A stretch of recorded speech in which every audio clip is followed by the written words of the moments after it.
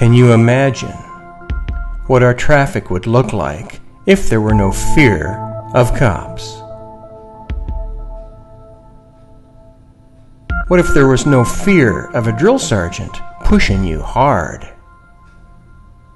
People have life insurance for fear of something bad happening. We all encounter fear in our daily lives.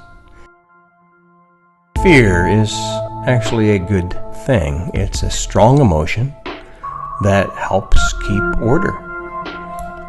So without fear, there would be chaos.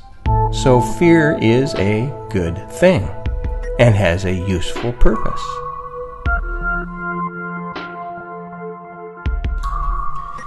In the Christian world, fearing God is not talked about very often.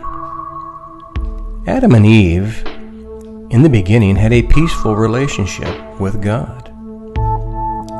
They only knew this one type of relationship with God: peace, happiness, until they disobeyed and ate the forbidden fruit. Then we read, the Bible tells us, that they hid themselves from God. And then when God confronted them, He laid down the law. He did what He said. He said, if you eat of that tree, you'll die. And sure enough, He said, from dust you are, from dust you shall return. And we've been experiencing that ever since that time. We grow old, we get gray hair, joints, aches, and pains, and eventually we die. Life began to be uncomfortably hard than it was before, as God told Adam that the ground will produce thorns and thistles. It'll be tough to make a living. And then to Eve, He said He will increase her pains in childbearing. You see, God made life more unpleasant, uncomfortable. And we should never forget that God is serious about obedience and doing what He says to do.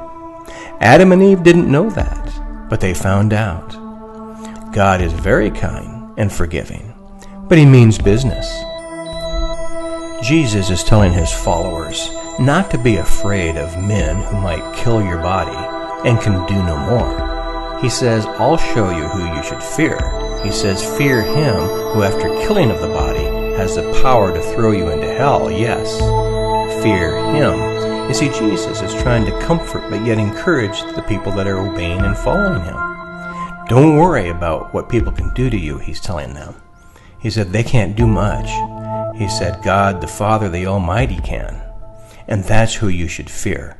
In other words, for people to live the life that God has called us to live, we're going to be tempted not to. But we're not to be afraid of men. Where your fear should be placed is in the Almighty. Fear Him. In other words, that would help you obey, because you don't want to disappoint the Almighty. You're not afraid of men, you should be afraid of God the Father.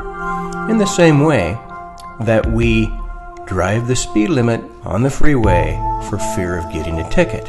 Even though we don't see any cops, we don't want that ticket, and that keeps us driving close to the speed limit.